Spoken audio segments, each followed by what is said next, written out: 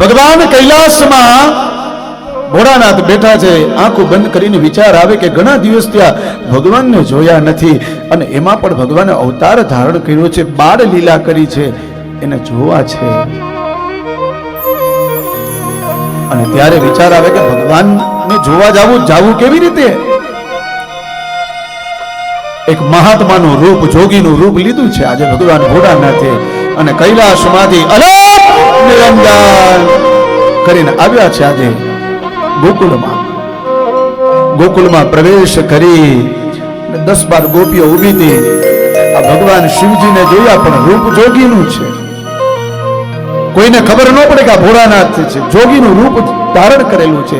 આ ગોપીઓએ રૂપ જોયું ને એટલે અંદરો અંદર ચર્ચા કરે છે કે આપણા ગામમાં કોઈ જોગી આવ્યા છે.